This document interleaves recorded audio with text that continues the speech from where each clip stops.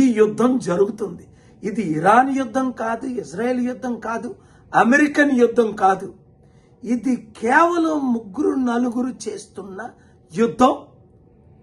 ఇది నేను మండే వరకు చెప్పను అని మన తెలుగు మిత్రులకు ఎందుకు చెప్తున్నాను అంటే, ఈ వీడియోలు రిలీజ్ చేయట్లేదు, నా మీటింగులన్నీ పిక్చర్స్ అన్ని రిలీజ్ చేయట్లేదు.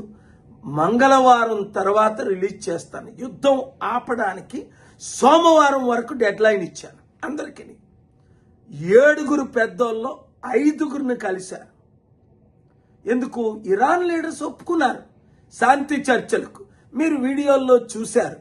గ్రాండ్ అయటోలా ఇన్హెరిట్ అయిన ఆయనే మరలా వాళ్ళ అయటోలాని చంపుతాను అంటే కొత్త వారిని అబ్జెక్ట్ చేశారు. నెతన్యాహు 30 నిమిషాలు మాట్లాడాడు. ఈ యుద్ధం ఆపాలంటే 1 మనం అందరం ప్రార్థన చేయాలి. 2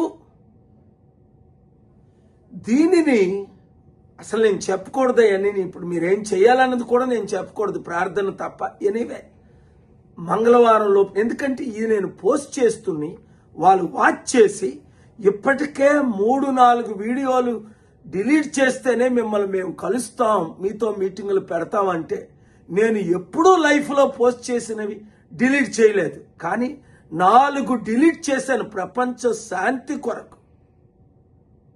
కనుక దయచేసి ప్రార్థించండి. ఎందుకంటే ఒక ఆయన పెద్ద ఆయన నన్ను ఇంటర్వ్యూ చేసిన ఆయన ఇప్పుడే అన్నారు, సార్ మీరు తెలుగులో పెట్టండి, ఎందుకంటే 15 కోట్ల తెలుగు ప్రజలను రీచ్ అవ్వాలి, వారు ప్రార్థించాలి.